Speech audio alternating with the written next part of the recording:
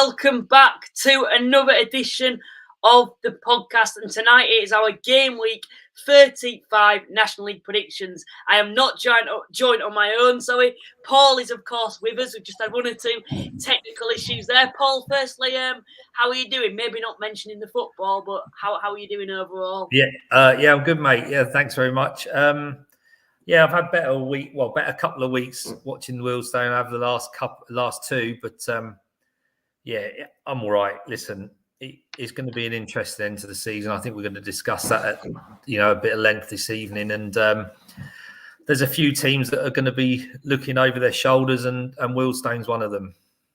Yeah, they certainly are. And we're going to talk in depth tonight. It's one of the major talking points of the podcast tonight. We're going to be talking about that relegation battle because it's been something that a lot of people who've been watching this as well have kind of put that aside and thought, you know what, the four who got promoted, they're going to go down for certain. And this was only probably a couple of weeks ago. Suddenly, some of the sides that were looking like they were miles ahead of being involved in this relegation battle are suddenly being dragged into it due to poor form. And we've seen three of the four sides that have got promoted are really putting a strong case together that they're going to be able to have the ability to get out of this drop zone at the moment. And as we've seen, one of them currently is, and I'm sure the other two are looking like they're going to climb out of it very soon. Of course, a lot of that is down to new managerial changes and the manager bounce that we've seen. Before we do that, of course, please remember to like and subscribe. Liking gets it out to more people. Subscribing builds the community up even more than how big it is at the moment. Also, a massive thank you to our sponsors, Cards Accepted. Use the link in the description and you will get 50% off your card machine. Once again, thank you very much to Cards Accepted for supporting the channel.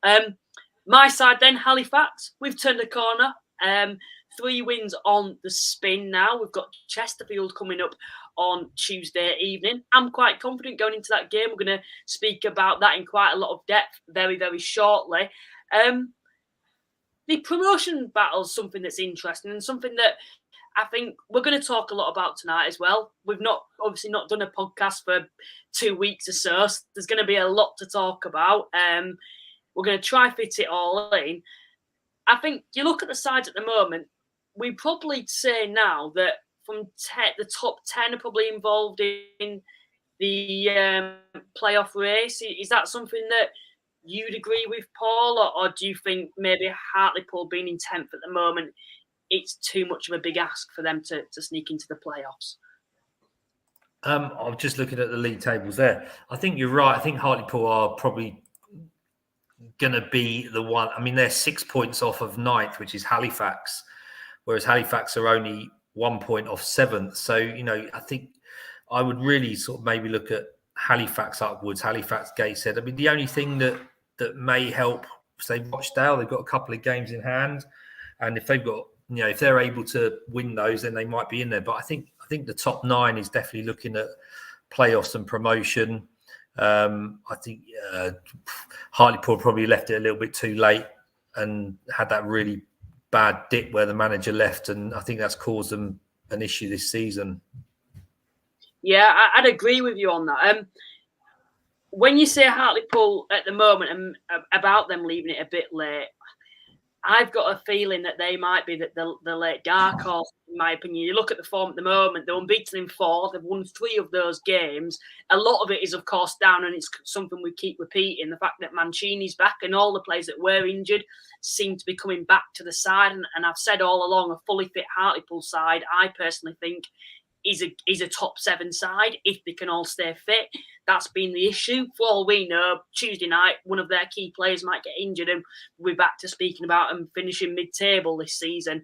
But I think if they can keep this side fit until the end of the season, I have a feeling in the back of my mind that they could have the ability to sneak into these playoff spots. Of course, there's other sides. Gateshead still up there. to be fair, both of us kind of wrote them off, didn't we? When we did our mid-season predictions, a lot of people did. And I think we had every right to, and I think a lot of people did with the players that they lost. A lot of Gateshead fans were saying the season's basically over now. A lot of them kind of had that opinion in a way, and we're just hoping for a top half finish. I think credit where credit's due to Gateshead and Rob Elliott and his team, because they're still 8th in the league, games in hand on Aldershot and Oldham above them. If they win those games in hand, they'll be comfortably inside the playoffs. Halifax still in and around the playoffs. They're a side that haven't had the best start to 2024, and a few weeks ago after that defeat to Solihull, a lot of people had the opinion that maybe their season's over now. They've been found out. They have Millie Allied left and lost to some sides around them, but they've turned a corner. It all changes very quickly in this division, as we've seen. We're going to come to the live chat anyway. Paul is in tonight. Oh, yeah. Southend, if we do not start putting the ball in the net, then yes, luckily we have 2 games in hand. The next 4 matches are all must-win games. I know. As you put there, Luke, could Southend United seriously go down? And, notwithstanding a better run of form, then I think they probably can, because look where they are. They're 4th from bottom. They're only out the bottom 4 on goal difference. And for some reason, we thought that maybe the shackles would be taken off once they got their new ownership and, all the financial issues were settled and they signed players on contracts, that they would push on into the playoffs. And it's had a reverse effect. And it's strange to see them down there, because they've almost dropped into that without anyone almost taking any notice of it. And it all of a sudden they're like, Jesus, Southend could go down. And, we don't watch them every week, Luke, but if Paul does, it clearly is a problem. If they're not scoring goals, then you're always likely to lose games. You're definitely not going to win them. Well, I've seen Southend haven't scored a goal in the last 4 games. They're a side that, all along, start the season, we both predicted them, I believe, to go down. I certainly did. I think you did as well, Paul. And it was due to the financial issues. They proved everyone wrong. Even with the point deduction, that's something we've got to take into account as well. They've done very well overall. But something that Southend can't afford to do is go on a bad run like they are doing at the moment, because 10 points is a lot of points. It separates them from competing for the playoffs now and them being in a relegation scrap. Everyone says they're too good to go down. The problem is, though, there's a lot of sides that I have the opinion that are too good to go down, but 4 sides that have got to go down. We saw it last season. They were Scunthorpe, they were Yeovil, Torquay. Who were the other side now? It's just Maidstone, I believe, that were obviously all went down. Torquay and Yeovil, we always had the opinion that, they're too good to go down. Even Scunthorpe, we said that, no, with the takeover, they're too good to go down. The problem is 4 sides had to go down last season, and it's the case again. There's going to be a big side, I think, that's going to go down. It's kind of shown us now that it's very unlikely that the 4 sides that got promoted are all going to go down now. I doubt that's going to happen from what we've seen in the last couple of weeks. I think Fylde are going to be fine now. I've always said, in a way, although I predicted them to go down with my mid-season predictions, I've always said that there's certainly ability there, and I think they are underperforming. I think now we're seeing, what they're about. You've got Ebbsfleet, Kidderminster with new managers. Certainly a new manager bounce there. Both look like different teams compared to what we've seen in the first half of the season. And the sides like Woking are a big club. They were, I think, very poor against Halifax. What are you thinking, Paul? Firstly, let's quickly just talk about the one side that we haven't mentioned yet, Oxford. Do you think their National League season's over and you think they're down? I was always, I suppose, convinced myself that Oxford would probably be the ones that come out of it. They started the season, I guess, with a lot of hope and enthusiasm and ambition to stay in the league, and they got some really good results and kept in some games where you wouldn't expect them to keep in the games. And although they may have lost, they sort of quit themselves well. But in the last few weeks, they get done 7-1 against Dagenham the other week, and a respectable 0-0 draw against Southend at the weekend. But when you look at the table and you think where they are, they've got no games in hand to consider trying to claw points back from. In fact, I think they've played the most out of everyone in that league, in that bottom 4. They played 34 games, and they're now already 5 points adrift, and they've only won 7 games all season, and they've probably got to win another 7 out of what's remaining to stay up. And I just can't see it happening. Funny enough, I have actually predicted them to win this week because they're playing Eastleigh, who are particularly poor at the moment themselves. So,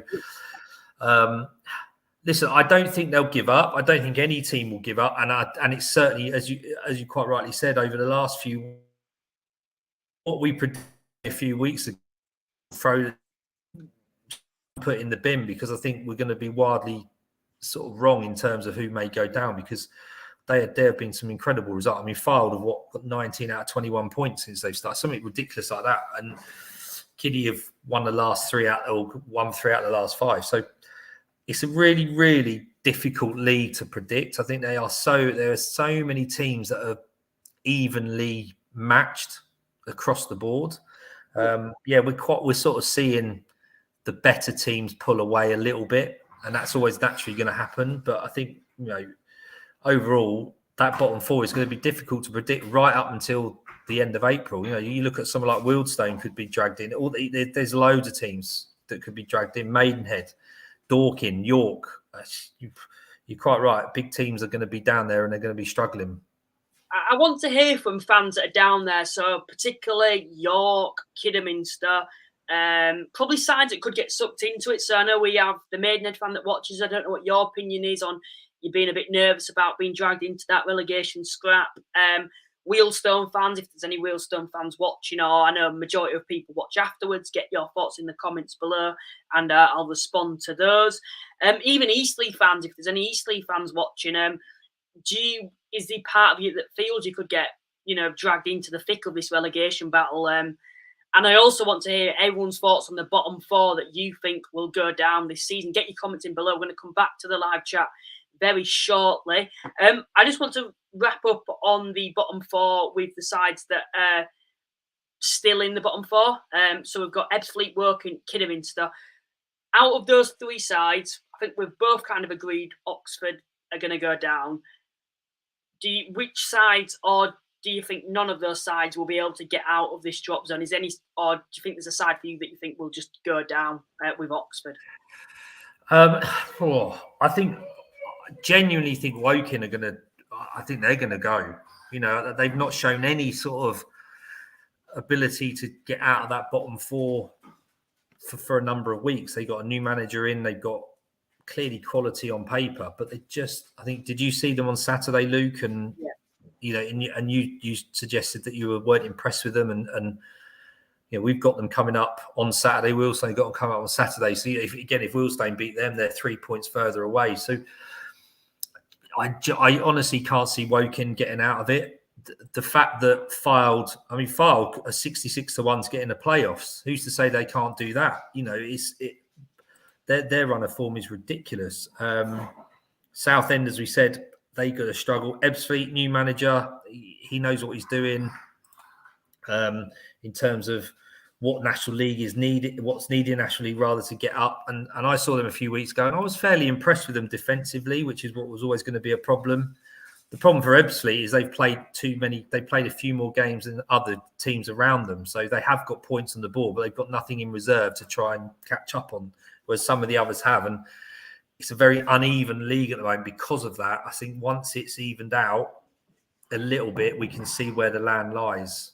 Yeah, certainly. Southend then, 20th in the league at the moment. We spoke about them. They've had all sorts of things to compete for this season. Off the field, on the field, there's been talks about a late playoff chase. Now it's talking about them being in a relegation battle for Southend. And I think it's fair to say at the moment they are in the thick of this relegation battle. After Tuesday, of course, they could drop into the bottom 4. They're actually only outside of the bottom 4 due to goal difference. They've got Maidenhead on Tuesday, but then after that, they're playing 3 playoff sides. Those playoff sides are, of course, Aldershot, Altrincham and Oldham. 3 sides that are inside the playoffs there. Of course, they have got games in hand. Some might say they're in a false position. But, Paul, what's your take on Southend? Do you think they're a side that you're confident they're going to be able to get out of the mess that they're in at the moment, being in a relegation battle? I think they will, because they have got games in hand. They've only played 31 games. I think Wealdstone are only a team that have only played less than them. They've got quality in their squad. I think Paul, as mentioned there, he watches Southend.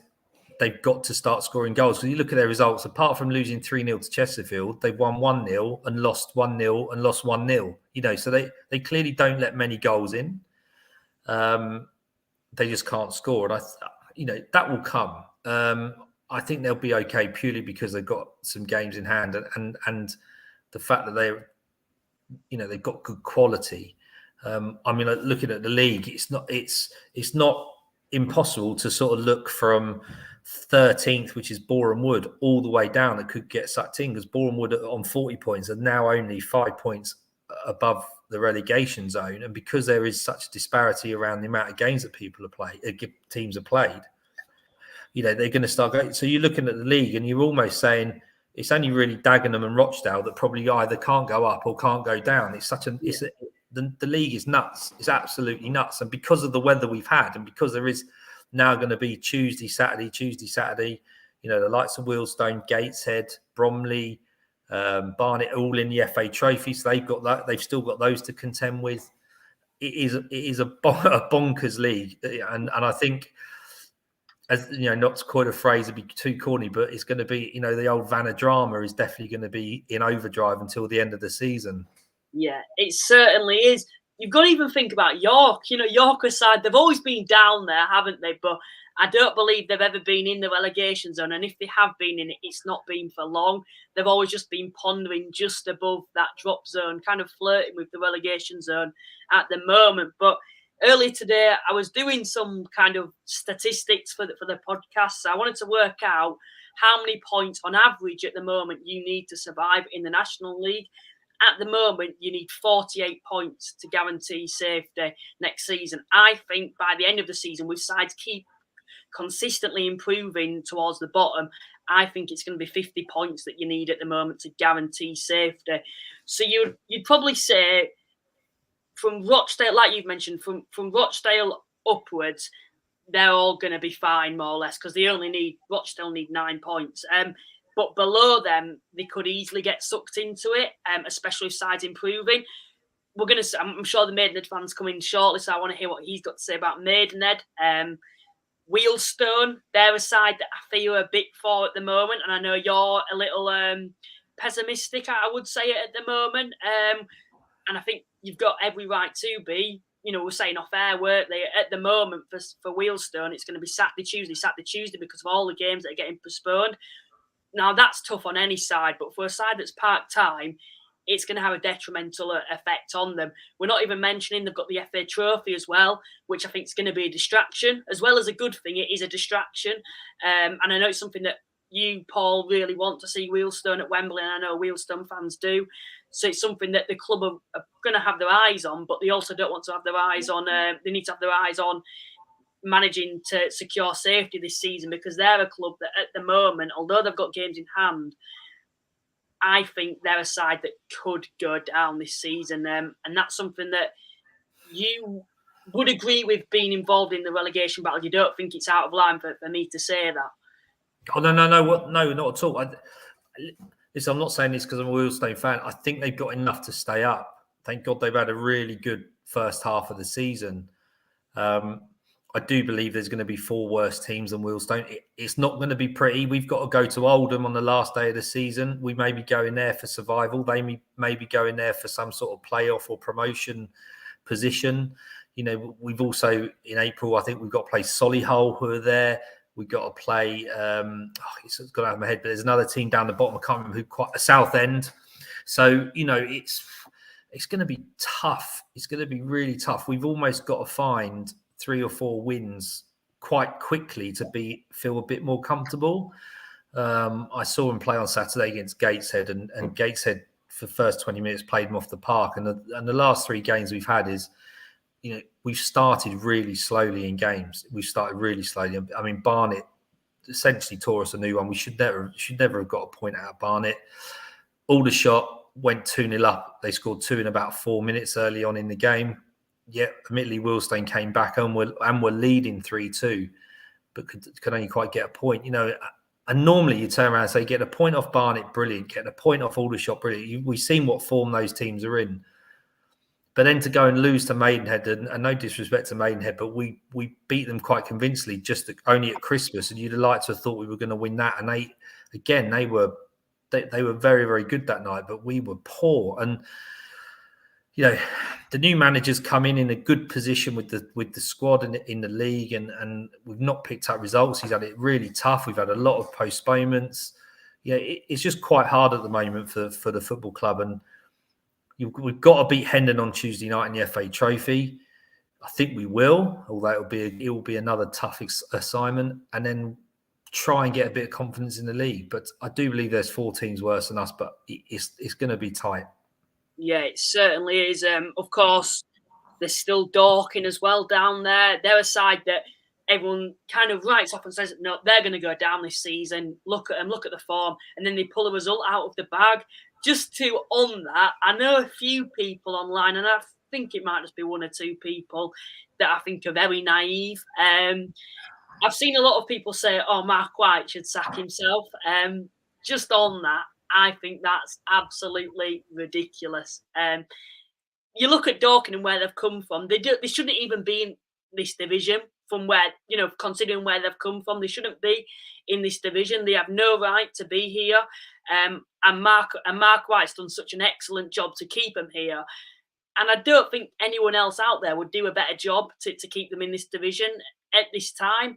And the whole point of Dorking is that Mark White's the man to, do everything like we've seen so far. So for me, anyone who thinks that or has that opinion, and I know probably no one watching this, but for those that I've seen online, I think it's absolutely ridiculous and a bit baffling, to be honest. We'll come back to the live chat though. Blondie Blue has come in and said, hi Luke, Southend played well when they visited Chesterfield despite losing and won't go down. Chesterfield at Halifax next Tuesday, ready for another away winner, Luke. I'm pretty confident. So, no, I don't think you're going to win that game. And then Callum's coming, Paul. Michael Cheek gives me PTSD. Wonder goal, wonder save, just to get no points. Oh, well, fair play. Still only the 20 points clear. Going to be a good game Tuesday, Luke. Yeah, I mean, listen, Bromley are an absolute pain in the arse. Would want for a better phrase. They don't know when they're beaten. They're just a good football team at National League level with some very, very good players. And Andy Woodman, although he lost some players and a really poor start, in my opinion, bedding some new players in, what they've done since is incredible. And they could look, Chesterfield are probably going to win the league, but they're going to go close to doing a non-league double if they get to Wembley and push Chesterfield a bit more. But yeah, what a good football team. And they haven't got I shouldn't imagine they've got the biggest budget. I shouldn't imagine that that they've got the best squad on paper, but they just seem to pull out results. I think it's a massive shame, isn't it, for Bromley and for Barnet this season that, there's a Chesterfield in this division, because not any other season, but because there's been so many big clubs in this division in the last couple of years that shouldn't be in this division. Chesterfield should never have been in this division. Wrexham, Notts, Stockport, Grimsby, Leyton Orient, when they were in this division, none of those sides should have ever have been in this division. But because we've had so many big sides in this league in the last couple of years, when they do get their act together, they have a takeover, they're in a better position, they're able to spend money that other clubs can't. And I know that's the same. You've always got a big fish in every league, but for sides like Bromley and for sides like Barnet, it makes it very difficult, and they just can't compete with Chesterfield. No side can, unfortunately. And it is Chesterfield's time to go up, but it's just a massive shame for your Bromleys and your Barnets that there's only one automatic promotion spot, and you've got a side like Chesterfield that you're having to compete with this season. Mr. Luke has come in and said, hello, gents. Wonder what happened on Saturday for Paul then. Nah, jokes aside, great win for us on Saturday. Let's repeat it on Tuesday. You know what I'm going to say. No pressure whatsoever. And then we've got Dave who's coming, Paul. Steve, that is. Evening, gents. Eventful couple of games shots, but better to lose versus Fylde and beat Alty than the other way round. Barnet next will be tough. Good to see Halifax picking back up, Luke. Yeah, listen, I think, Steve, I suppose it doesn't really matter where you get your wins from. If you said to yourself, well, we'll get 3 points out of Fylde and Alty, no matter which way it came round, I suppose you're probably a little bit disappointed you lost to Fylde. But that's no disgrace at the moment. Fylde seem to want to beat everybody. So, I think Aldershot, if they can just defend that little bit better, they're definitely going to be in and around the playoffs. Brilliant front three, play excellent football. Tommy Widgeon's got them ticking. They're very good to watch. And yeah, that'll be a good game against Barnet because Barnet are direct and physical, use restarts and free kicks and set plays. And they're a good football.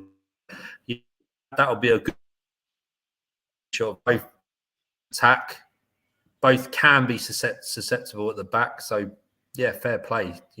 Aldershot, I think, will end up in the playoffs. Yeah, I'm confident they will as well. I think that front three, I think the only side I think is better going forward this season is Chesterfield. We saw that was a massive game versus Altrincham. Like you've said, they needed a reaction after that Fylde game because it was a horrific game. Of course, 5-0, I wouldn't say flattered Fylde, but there were a lot of events in that game that led to a result like that. But yeah, a massive result for Aldershot against Altrincham, and they'll be hoping to build on that against Barnet. I know, Paul, you've mentioned it there, but for me, I think if there's a game that anyone wants to watch on Tuesday, if you're neutral, then Aldershot versus Barnet is the game to watch because it promises to have a lot of goals, like you've said, both sides, and not the best defensively, especially Aldershot. They've got the third worst defence in this division, but they both have very lethal attacks, so it should be an entertaining game. That we'll come on to that shortly. Mickey's coming, and he said, "Evening, gents. Hope you're both well." Yep, I'm well. Mickey, yeah, of course, Gate said good win for you guys as well. So we've had Zach, who's also come in and put Bromley. Welcome to the stream, Zach. Of course, you guys, massive result on Saturday against Chesterfield. And then David's in, Paul. I'll let you respond to him. Oh, hello, David. Yeah, evening, gents. We're one of those teams looking over our shoulders. Bit of a poor run points-wise. Yeah, I mean, listen, they looked good against us when we played them a couple of weeks ago, but it's the only win they've picked up in the last 5, and it's quite surprising because they look lively up top, but it's always the way with Maidenhead. I'm not surprised they're in 14th, and I'm not surprised they're suggesting they might be in a relegation battle, but in a couple of weeks' time, I wouldn't be surprised if we're saying that they're going to be 9th or 10th because that's what they can be like.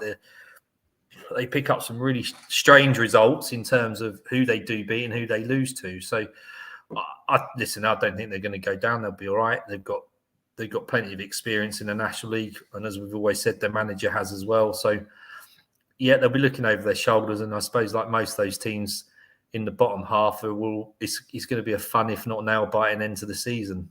Yeah, it certainly is. This is what we love about the National League. Every season, you very rarely have it where there's loads of mid-table sides that have nothing to play for. Literally, there's 2 halves of the table. There's the top half all going for the playoffs. Then there's the bottom half that are all hoping to survive this season.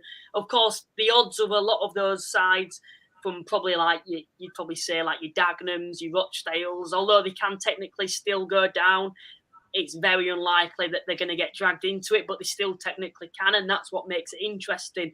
The Premier League at the moment, there's like 4 sides that are going for relegation, and you've got it's just not the same at all, and it's why we love the lower league so much. And then someone's put Southend will be fine, good team. Yeah, from what I've seen from Southend against Halifax, I thought they were a side that I'd expect to be in and around the playoffs. Now they probably are. It's due to the point deductions and all the things going on off the field. Then again, just because they did so well when they had 12 players and they were having point deductions and ownership issues, does that give them a bypass for this season to now be kind of having the mindset of we've done our bit, the takeover's happened? Because I won't say the players aren't trying. They clearly are. They're clearly putting 100% into it. But is there that kind of feeling around South? And I know a few Southend fans have said it where they have the opinion that maybe now with them being there's more pressure on them now with the takeover happening, where before everyone expected them to lose every week. Now they're expected to actually win. Is that something you'd agree with, Paul? Yeah, a little bit. I think weight of expectation is always weighs heaviest on these bigger clubs. You know, we've seen it over the years in terms of who we think should go up, who doesn't go up, who stays in the league a long time, and Southend aren't going to be immune to it. I think, you know, from a point of view of them, they've just got to stay in the National League this year, because it could be disastrous for them, because, you know, they've signed some of these lads that they've had all season onto contracts, which I should imagine include next season at the very least, on National League wages. And if they drop into the National League South, yes, they're going to be a big fish in a small pond if they do drop. And you'd like to think a bit like Yeovil, they'll probably end up at the top of the table and bounce straight back, which we think Yeovil will do this season. But they, you know, you'd like to think if they do stay in the National League, then they're going to be one of the favourites to at least be in the playoffs next season. You know, along with Barnet, along with Bromley, if whoever, you know, doesn't go up, because it's not to say one of those won't.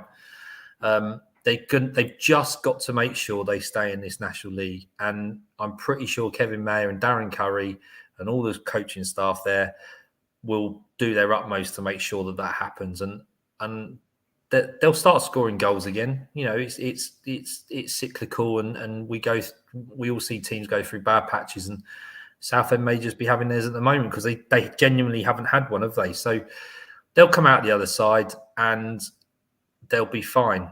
And I think once they get their stable summer recruitment and no embargoes and water at the training ground and all that sort of stuff they haven't had this year, they'll be up there or thereabouts. Mickey's also come in, Paul. Great commentary on the Heath third goal, Paul. Yeah, it probably was. I can't remember it, if I'm honest, Mickey. But yeah, it was a bit of a shock that it came so quick after the second one, if I'm honest. But yeah, listen, whenever I commentate, you know, everyone who gets the opportunity to listen to me commentate on the Wealdstone feed, I'm very, very mindful not to be too sort of biased towards Wealdstone. I try to be neutral. I try to be balanced. The only time I didn't, it was when we scored a 97th minute winner against Barnet, and I lost my head a little bit. But listen, credit where credit's due. Gateshead were very, very good on Saturday. Very good. I was hugely impressed by them. One of the best teams I've seen at the Vale this season, without a doubt. And yeah, okay, Wealdstone at times didn't play too well, but at times they played very well. And Gateshead dealt with everything that they could to make sure that Wealdstone didn't get back in the game. And when they went forward, they were clinical. They were, as much as Wealdstone got pulled apart a bit, I think that's as much Gateshead the way they played than the fact that Wealdstone couldn't deal with it. And very, very impressed. Their midfield quartet is just, they all look the same. They're all built the same. They all play the same, but they're very, very good. You know, so fair play to Rob Elliott, who's had a turnover in his squad. He's got a very young squad. Apart from, I think, Louis Story, they do look like they're really quite young. So if he can keep that together for next season, then they'll do all right again. We've had Stingem, who's come in and said, "Evening all, our Maidstone fan that tunes in every single week." Of course, Maidstone are in and around the playoffs in the National League South. It'd be great to see you guys come up with Yeovil. Of course, it's not a division that I particularly take much notice of, but I know this season I have with the likes of Torquay, Yeovil and Maidstone down there. You know, I'd like to see Torquay come up and Maidstone, as I know there were a lot of you guys that used to tune in, a few Maidstone and Torquay fans, but it looks like it's going to be Yeovil, and I'm hoping you guys will join them, you know, for the benefit of this podcast as well. And it'd be good to have you here also covering your team on a regular basis, not just having you here for you to listen to the rest of the National League as well. But of course, also good luck in your FA Cup journey as well. We'll be speaking about that shortly as well. I'm sure we'll cover that a little bit too. And then Jack's come in and said, Halifax played a few more than Gateshead, haven't they? Yeah, that's one of our issues at the moment. We're just outside the playoffs, but we've also played more games than sides around us. Although we're 1 point off the playoffs, I think we might have played 3 more games in Gateshead so far. And then Declan's come in, Paul. All right, Declan, yeah. Hartlepool 6 behind Gateshead with 3 more played and the worst goal difference. Gateshead's got 5 points and 3 in hand at current average points per game. Hartlepool 11 behind Gateshead and miles worse goal difference. So, yeah, I mean, listen, it's so difficult, like we said, to predict. You know, Hartlepool are 6 behind Gateshead, and play 3 more. But that means Gateshead still have to try and, win those 3 games. If not, Hartlepool could still be 6 points behind after those 3 games, and the league may tighten. We're going to see over the next month or so where the league lies, because that Tuesday, Saturday sort of schedule will take its toll, no doubt. And it'd be interesting to see maybe at the end of March what's occurring going into April and the last month of the league. Yeah, certainly. We've also had Matthews come in and said, what do you make of Richard Hill's sacking, and what potential managers do you reckon should replace him? It's not something we've particularly discussed like off air, as in like we've looked into detail. Of course, it's something we've seen that's happened. I've got a manager in my mind, and I keep saying him for every single managerial job when there's a sacking in this division, because he is a good manager overall. Is he going to go to Eastleigh? I think it would work geographically. I think it'll make sense. Before we do that, Paul, I'm going to ask you if there's anyone in your mind that you think could go there. But also, do you agree with the sacking of Richard Hill? Of course, they've had 1 win in 9. No, they haven't won in 9. Sorry, knocked out of the FA Cup as well. To Newport, a massive opportunity missed there. Sorry to remind Eastleigh fans of that. Do you think it was the right decision? You never like to see managers get sacked, but I don't know if you remember, obviously, when we talked about this earlier, how long did they take to appoint him? Remember Eastleigh went a number of games where he was in charge and they were waiting to appoint a manager. Then they appointed him and they actually did okay. And I think that's why he got given the job. I think he was their director of football before. So he's been there a long time and he knows the football club and he knows the players, and he probably helped recruit those players as well as then have to manage them. So it probably was right that they needed a change. Listen, a team that has got the goal scorer, the leading goal scorer in the National League, not winning any games in 9, having someone like Paul McCullum up front, there's something seriously wrong. Now, I'm quite surprised, having seen them. I have only seen them play against Wealdstone, but having seen them play defensively, they were brilliant. They were bit toothless going forward, and they seem to have reversed that. But if you let loads of goals in, you're not going to win games, and that's been proven by their run of form. So who takes over? Any manager that's taking a football club over at the moment is in a perilous position, because maybe apart from Wealdstone, who lost their manager because of a higher league team taking them, normally managers go because teams are in the crap, right? So it's going to be a real tough gig for that individual who comes in. I haven't genuinely thought about who might replace him. A lot of the candidates we have talked about have got other jobs since over the last few weeks. So I'd have to give it some thought, but it's potentially a really good job with the squad they've got, and it's a decent club. They go about their business quite quietly. No one really talks a lot about Eastleigh, but that's not to say that they still aren't effective. And it's strange, a bit like Woking, to see them as low as they are. I think when I look at Eastleigh, like you've mentioned, Stuart Donald there, he would give you a lot of freedom with the players that you want to bring in, and you have a bit of a budget behind you as well. We saw in the summer they invested quite heavily from what I saw, and I think that's a lot down to Stuart Donald, having quite a lot of money behind him. So maybe if you're going for this Eastleigh job this season, there isn't too much expectation on it. I think the last 9 games have kind of, wrecked their season in a way, and they've kind of blown their playoff chances, in my opinion. But for next season, if you've got no expectation this season, for next season, then you've got a chance to bring in your own players, and your aim is essentially to get into the playoffs. And next season, like we keep saying, Chesterfield are going to be gone. Another big side in this division another side that's been in and around the playoffs is going to be gone. If that's a Barnet, a Bromley, an Oldham, perhaps. And the sides that when I've been looking that are coming down this season, they don't look like the type of sides that are going to come down and bring anything to this division and be pushing in for the playoffs. When I look at the size of the clubs and the kind of off-field positions that they're in at the moment too. So for me, Eastleigh, there's a massive opportunity there for them next season to maybe get promotion. This season, I think it's just about consolidating now. and not being dragged into that relegation battle. George has also come in and said, evening all, shame Luke, you had to watch that shocker from Andre Jr. at the weekend. Not a bad first goal, though. Yeah, he wasn't the best of goalkeepers, to be fair. I've seen better keepers at the shade. He'd make 1 or 2 mistakes in that game.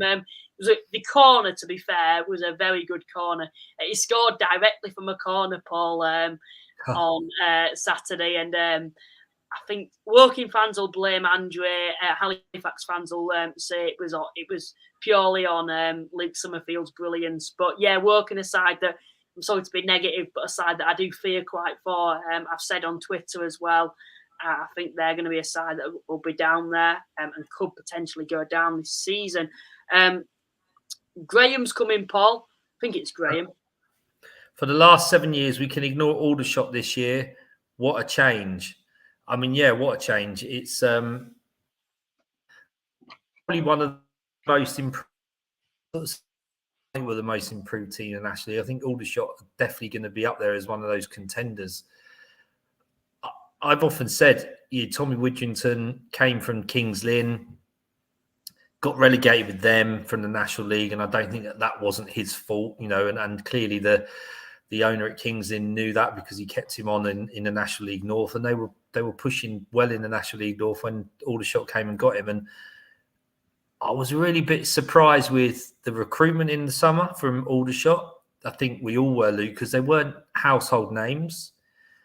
But what he has got is a team that is playing very, very well with some really good individuals that have come from almost that East Anglia neck of the wood that Tommy Widrington knows about, as well as a couple of academy sort of dropouts. And they're a very, very good football team. And if they can just patch up that defending a little bit, they could probably go quite deep in the playoffs if they get into that position. Yes, I'd agree with you on that. Aldershot aside for me in the playoffs, I think on the day that they can beat anybody. You look at Josh Stokes, and he's the main talking point, but Lawrence Tollerage there, I don't think gets the credit he deserves. I'd go as far to say he's one of the best. I'd say he's the best player in this division. Maybe if I thought about the other players, I'd have up there as well. But the amount of goals he scores is obvious. He's very versatile as a striker. He can score headers, long range shots. He's not one dimensional. He's not just a target man. He's got a lot about him. He's quick as well, but also his link up play, the amount of assists he's got as well. He's one of the top assisters in the league. And that's just 2 players I've mentioned there. You can go through the whole team. Defensively, I think they've got some good individual defenders. I just don't think as a team they're defending well, and they're making too many silly mistakes and silly errors. But as we saw against Altrincham, they managed to keep a clean sheet, and they'll be hoping they can build on that as well. Someone's also come in and said, Cheek finally got his first hat-trick for Bromley. He had scored 3 against us for 2 different teams, Braintree and Ebbsfleet. And then we've had, I think this is Dan from... Dan, yeah. Yeah, commentated with you. Hello, Dan. Yeah, evening, lads. Hello again, Paul. Hi, Dan. You obviously got back to the North East. Yeah, Dan joined me on Saturday on the commentary for the feed of the Wealdstone Gateshead game, and very insightful. Knew his stuff about Gateshead, obviously, and the league, and it helped for an enjoyable commentary afternoon. Even though I had to endure a 4-2 loss in the end, and Dan was very pleased, and he's put out a really great blog. If anyone gets to have a look at that, his match day blog's slightly different because he was able to join me in the commentary box this time, and he'll certainly be welcome back next year if we're both in the same league. Yeah, fingers crossed you both are. Maybe for Gateshead, actually, no, because they'll be hoping to get promoted. I'm saying fingers crossed anyway, because hopefully it'll be Halifax who get promoted. And then we've had, someone's actually come in and said, swap Dorking for Ebbsfleet, and that's your bottom 4. Yeah, let us know your bottom 4 predictions, guys. An Aldershot fans come in and said exactly what I was thinking. Aldershot Town FC are safe. Yeah, they are safe from the drop zone now, technically speaking. That's always the first. Halifax is the same for me. If you're quite negative, you always think first thing first is getting safety. And I think Halifax and Aldershot have secured safety for next season. We've also had coming in tonight, If anyone else has got their predictions, Simon's come in and said, from a Chesterfield fan, if Bromley finish in top 3, no team would like to play there in playoffs. I fancy them in final or Oldham. Oldham v Bromley. Bromley v Oldham final. That could certainly happen. Tough game on Tuesday at Shots for us. I believe that's a Barnet fan who said that. And then we've also had coming in tonight, scrolling down, if it actually decides to load, that is. Yeah, it's not loading. It's kind of frozen my screen for now. Try this. Nah, I don't seem to want to. What we'll do then, we'll come back to the live chat. As me live chat, as it seems to be not working, we're going to get on with the predictions. We're probably at a point where we do need to be getting on with the predictions now, as we did start at 9 o'clock tonight. We're going to have a look at what the scores on the doors are. These are the current scores. This was about 2 weeks ago, the last time we did predictions. But Paul, you beat me, and you're right back in it now. I'm right back in it. 6 points, only 6 points in it now, Luke. That's good to see. Yeah, I had an absolute blinder of a week the last time we managed to do predictions. I couldn't believe it. But yeah, here's hoping for another one on Tuesday night. But I'm not sure they're tough. They're a tough set of fixtures to sort of predict with what's been going on in the last couple of weeks. Yeah, they certainly are. Someone's also coming. We'll just quickly put this on, and I think we have actually caught up with the chat. Someone's put Oxford City, Kidderminster, Dorking, and Ebbsfleet United. So three of the 4 sides that got promoted last season to go down, and Dorking to join them. Someone's put, Paul, will you make an appearance at Kingfield on Saturday? I'm hoping to, George. So yeah, if you do see me, I'll come and say hello. And I know we're obviously segregated, but point yourself out, give us a wave, and I'll sort of come and say hi. So, but I'm hoping to be there, yes. And then we've had Declan's coming and said, York go down in place of Ebbsfleet in current bottom 4. Remember to keep putting your bottom 4 predictions in, guys. But we're going to come on to the predictions for ourselves for the actual game week now. If we just get my screen to load here, we should be more or less ready to go. Yeah, there we go. So we'll have a quick glimpse at the table. Chesterfield are only 20 points clear now. They had an opportunity for 23 points clear.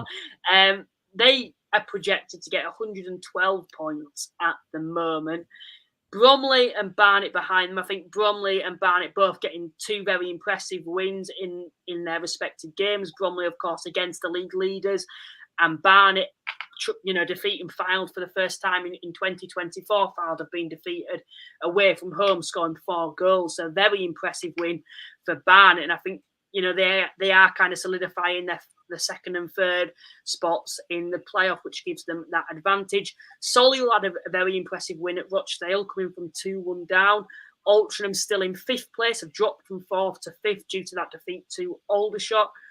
Oldham, of course, got quite an impressive result at Maidenhead. It's always a difficult place to go, that for sides in and around the playoffs. Aldershot, of course, have climbed into the playoffs after a win at Altrincham. Gateshead, they managed to defeat Wealdstone at the weekend. A very impressive win for Gateshead, considering Wealdstone, I think, have only been defeated at home. I think that's the 3rd time Wealdstone have been defeated. I think 4th time, actually. 3rd time, yeah. 3rd time. Halifax in 9th, are still in 9th, but what's good from a Halifax fan's perspective is we're still in and around the playoffs due to that win. We haven't fallen away like it was looking like we were going to in the last couple of weeks. Hartlepool had a win against Boreham Wood, coming from 1-0 down. Dagenham got a point at the weekend. I'm just trying to recall who that was against. Rochdale, of course, got defeated. Boreham Wood were defeated. Maidenhead were defeated. Eastleigh, of course, got battered at the weekend 3-0. I'm just trying to recall who that was against. I think it was a side down there, wasn't it? Who Eastleigh lost to at the weekend. Wealdstone, of course, at the weekend were defeated to Gateshead, like we've mentioned. Fylde had their first defeat of 2024. York got a point against Dagenham. That's who it was against. Dorking got a point against Kidderminster away.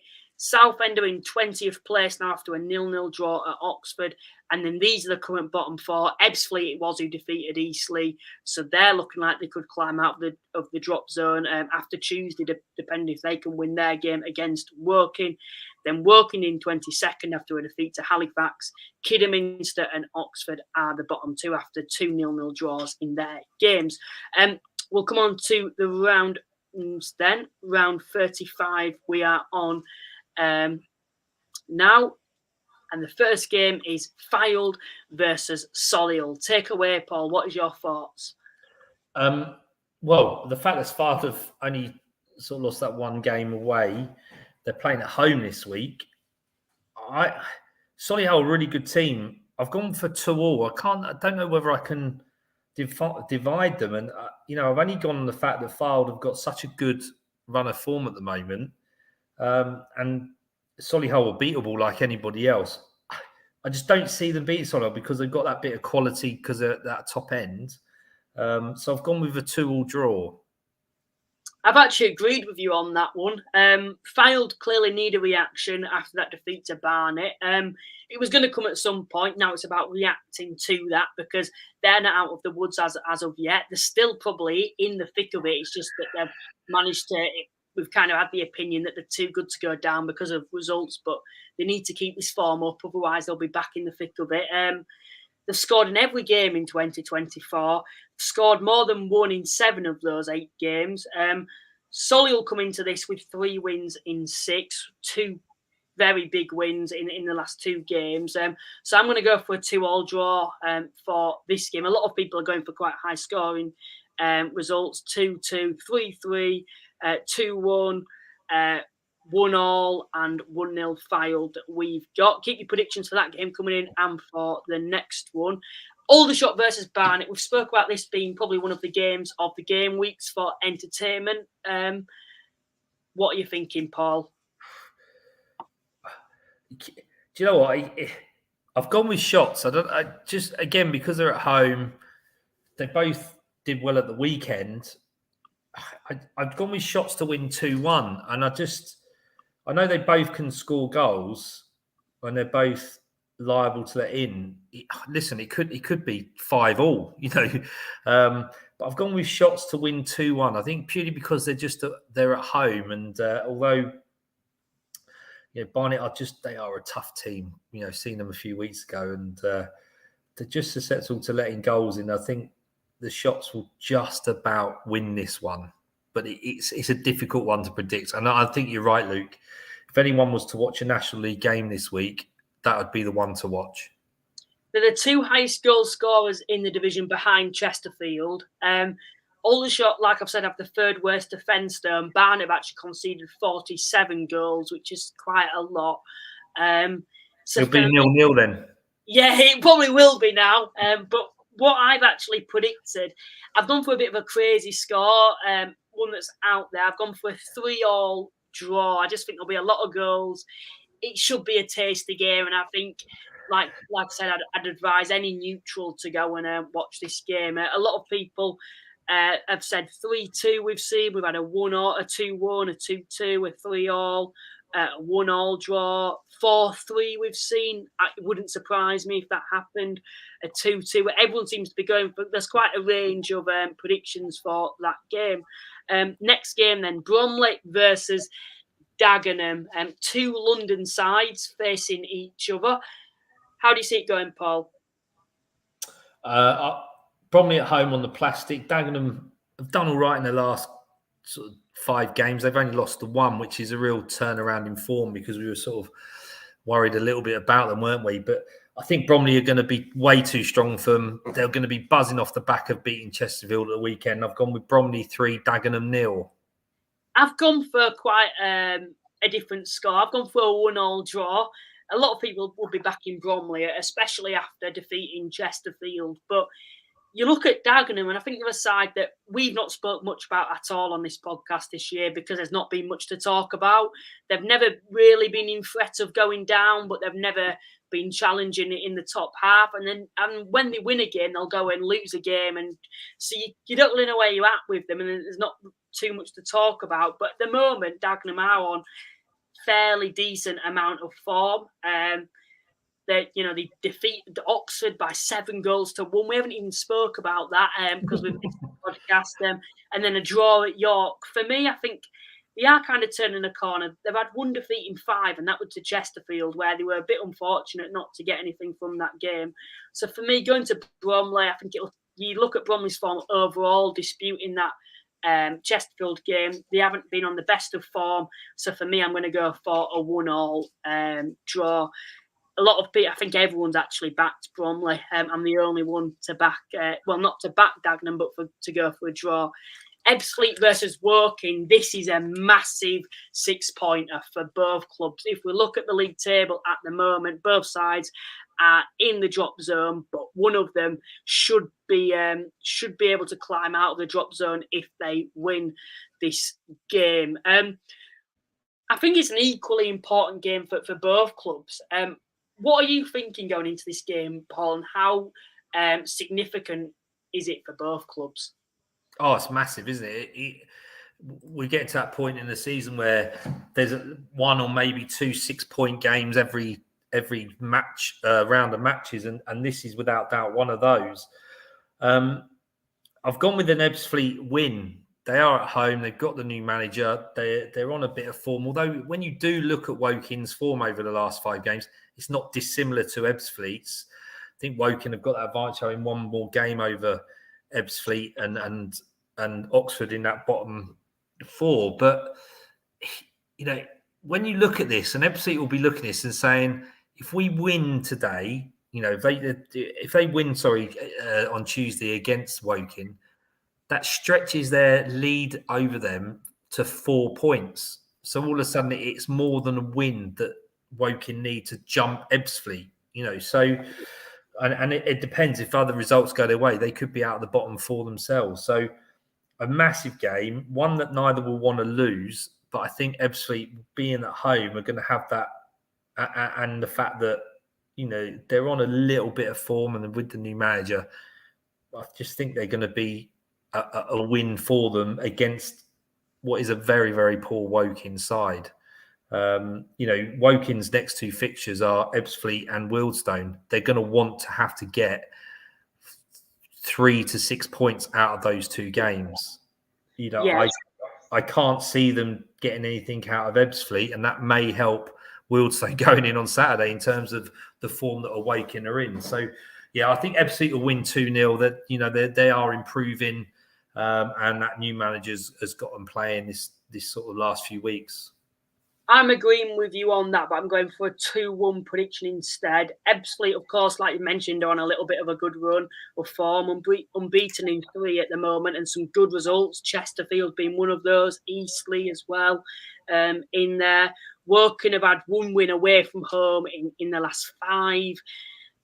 For me, I look at Ebbsfleet at the moment, and there's a bit more about them. It's like they want it more. They've got that hunger. They're on better form overall. They've got a new manager bounce. Everything's going for them. Where Woking, it's just getting worse and worse and worse at the moment. Nothing seems to be going for them. They've had that managerial change. I think overall, some might say it's improved, but I don't think not enough. And like you say, when something's broken, it's hard to fix it at times. And I think that's the case, with the new manager Doyle at Woking. He hasn't actually probably had the time to bring in his own players. He's brought in 1 or 2, but they're all Sal's players. And it feels like the recruitment in the summer, although it looked good on paper, it's not worked.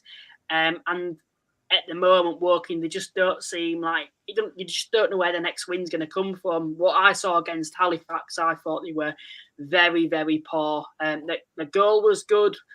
There were 1 or 2 players that I thought maybe were too good for their position at the moment, but overall as a team, they looked very, very poor and defensively woeful. So for me, I'm going to go for an Ebbsfleet win for this game, and I do fear for Woking this season. we haven't actually looked at what people are predicting for this game.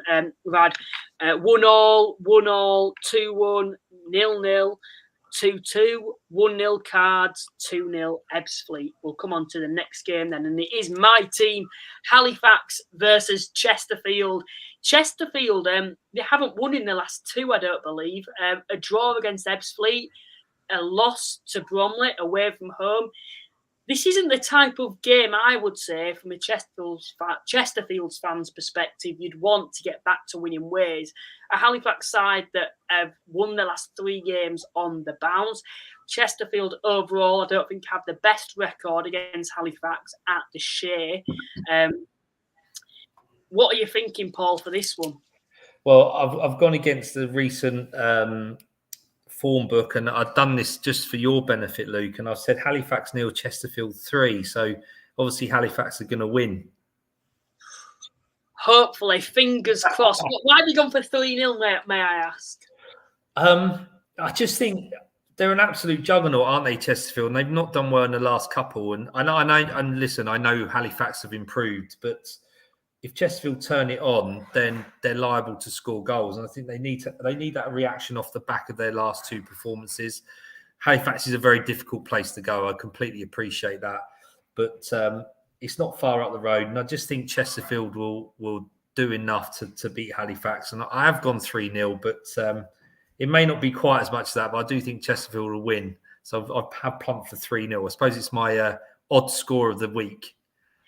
I can't remember us losing by more than 3 goals at home. I don't think we've lost by more than 2 at home for a very long time. It would have been last season, working at home last season when we lost 4-0 at home. That's the last time I think we've lost by more than 2 goals at home. If there was a side to put 3 past us, it would be Chesterfield. I know Eastleigh did, but we scored 2 ourselves. But if there was a side to put 3 past us, it would be Chesterfield. For me, though, I'm being a bit optimistic. I'm a little confident at the moment. I think as a team, we play very well. I think there's clearly a lot of fire in the belly at the moment for Halifax, and they're wanting to get into these playoffs. We do better against the better teams. We're aware of that. We have done for the last couple of seasons. We're known to be kind of giant killers. We of course, we defeated Wrexham last season when the odds were against us. And I could see us doing this again against Chesterfield. Of course, Chesterfield, away from home, they've proven a number of times this season that they are beatable when they're away from home. We gave them a good game at their place, and we're a bit unfortunate not to come away with anything. So why can't we get something out of them? So for me, I'm going to go for a 1-1 draw. Everyone's coming in saying, let's be honest, Chesterfield were due a loss. I've always liked you, Dan. Dan's gone for a 1-1 draw. Chesterfield's gone 2-0. Chesterfield 3-1. We've also had 5-0. Adam George hat-trick UTS. That's a Halifax fan. Someone said 2-2 as well. Most people are going for Chesterfield wins as you'd expect. We'll go for the next game now if I can get it to load up. We are the featured match as well. It's because Halifax are playing, that is.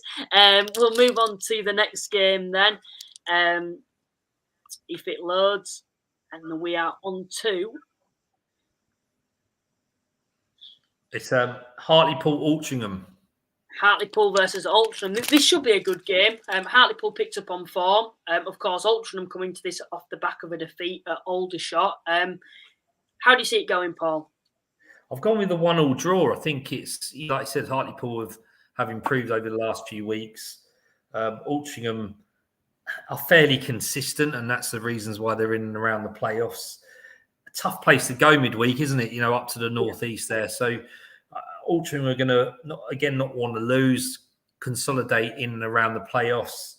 And I think they'll be happy with the point. So that's what I think I'm going to go for. So Hartlepool 1, Altrincham 1. I'm going for Hartlepool to win this.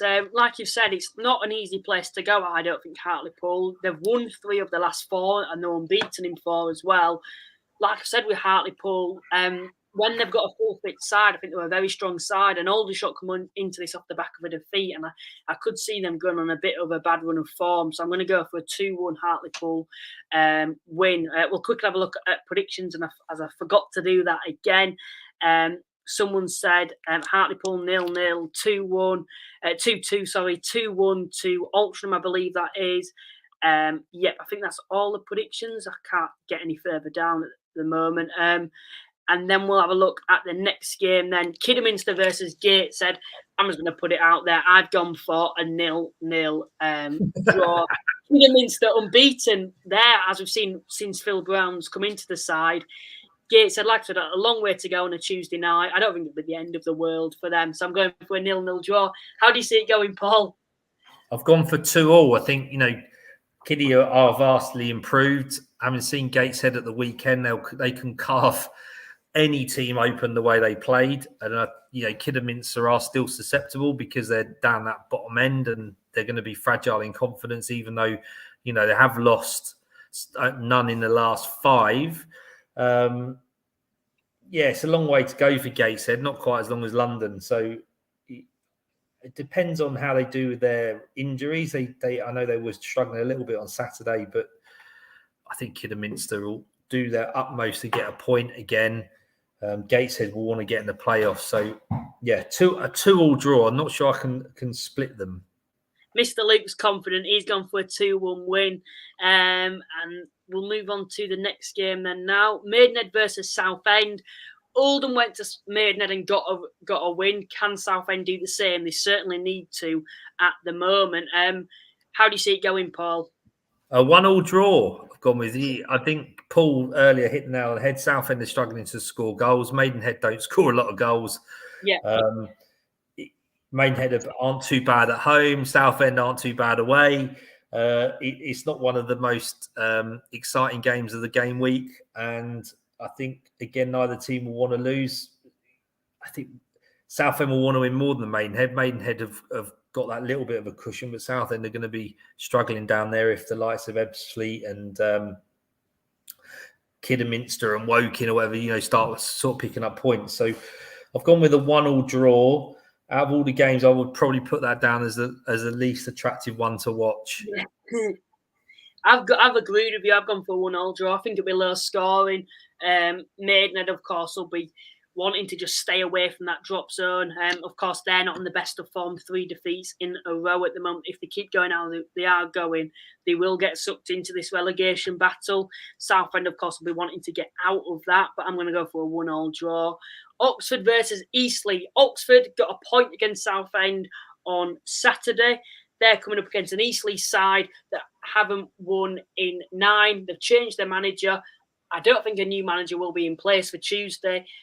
I'm going to back it Eastleigh. They've got to win at some point. They've just sacked their manager. Will they have that bounce after that now? I'm going to go for a 2-1 Eastleigh win. How do you see it going, Paul? I've got Oxford City to win 2-0. Again, they're at home. They're on the plastic. They're going to be more attuned to that.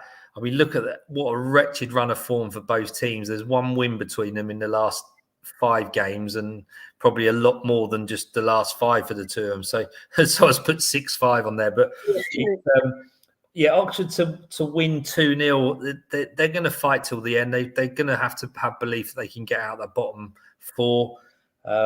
And that may well start Saturday, and they've got to start picking up a run of form somewhere. And I think Eastleigh, there's worse teams to play on Tuesday night than Eastleigh, when you are struggling for form yourself, is to come up against someone like that. So it'd be interesting to see how Eastleigh responds, having no manager. Second time this season where they've had to do that. So it clearly isn't all happy down there. So I think Oxford will take advantage of that. Rochdale versus Boreham Wood. Boreham Wood sit 13th and Rochdale sit 12th. For me, I think this is Rochdale's last chance to have any chance of getting inside the playoffs, as they are 10 points behind Aldershot. Of course, they've got a game in hand on them. I'm still trying to think about my prediction. I did put it in my notes as a 1-1 draw. But I've gone for a lot of draws tonight. I'm going to stick with it. I'm going to go for a 1-1 draw. As you can see, Rochdale not on the best of form at the moment. Bournemouth back defeats. How do you see it going, Paul? I've gone with Boreham Wood winning 2-1. But you're right. I mean, when you look at their form, I thought Boreham Wood had picked up a little bit. They won 2 on a bounce and then go and lose 2. So they'd sort of turned a corner and then that had stopped. But Rochdale's form is even worse. And I know Rochdale at home, but I've just got a gut feel that Boreham Wood might claw something out of this. They've got Shimanga back. He's going to have to start. Weekend. He's going to start scoring goals again. What an asset that is in the back end of your season when you're not scoring a lot of goals, is to get someone like Kabonga in. So, I've gone with a Rochdale loss at 2-1 to Boreham Wood. Last final game then, York versus Oldham. This should be a good game. York struggling towards the bottom. The problem we keep having with York is there's no consistency, and when they do go on a run, it's a lot of draws, and you're thinking they need to start turning those draws into wins, but they never seem to do. They're always low-scoring games as well. There's not many goals in that side. For me, I'm going to go for an Oldham win for this game. I'm going for a 2-1 Oldham win. They look on decent form at the moment, Oldham. Got a win at Maidenhead. I thought they were going to drop points there, although we didn't do actual predictions. I actually thought they were going to draw there. So I think I've got to give them credit, and I think they're going to get another win at York. So I'm going for a 2-1 Oldham win. How do you see it going, Paul? Yeah, I've gone for a 3-1 Oldham win. They're clearly better. Home. It doesn't pick up. They drew 0-0 as Ebbsfleet a couple of weeks ago. They beat Boreham Wood. Got a win at the weekend. York, like you said, are just massively inconsistent. They're constantly win, lose, draw, win, lose, draw. And, to me, it feels like they've drawn too many games this season. I've always sort of said about York and their underachievements. And, Neil Ardley has got to wait till the summer now to put his own stamp on that team. And they're another team that just want to stay in the league and just get the season done and dusted and start again. But I've gone for York 1, Oldham 3. Yeah, it's not been the best of first seasons for Matt Ugler's York takeover. Or for Neil Ardley since he's come in. He's not had the impact that I think he was hoping for when he initially came in. But I think now it's just got to be about surviving in this division, because next season, if they can survive, they can kind of put this season aside as just a season to adjust to the takeover. And get used to it, where next season they can really hope to push on and do what their initial aims were this season. But I think that more or less wraps up all the predictions. Still 50 people watching tonight. Thank you to everyone that's tuned in. We don't usually get many people watching on a Sunday night, so it's good to see that people are still joining us. So please remember to like and subscribe as well. Liking, of course, gets it out to more people.